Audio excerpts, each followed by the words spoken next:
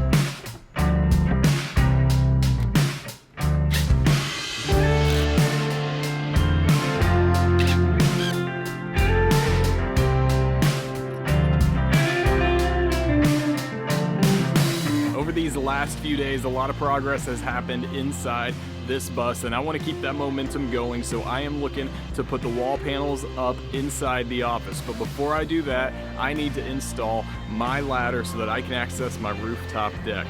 I have a 9-foot RV ladder that I need to get attached to the deck and then secured to the bus. So that is what I'm going to be focusing on today, and then if time permits, I'm going to start putting wall panels up inside the office.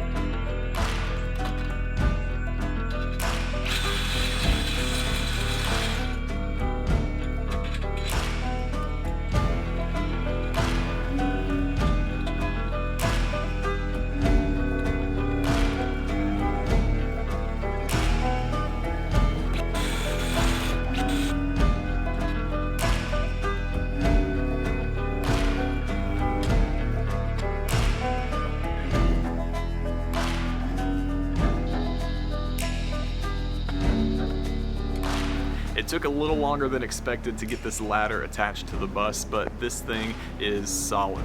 And it's gonna make roof access much easier when we're on the road, so this is well worth it. And now that the ladder's installed, I can start putting these last few walls up inside of the office.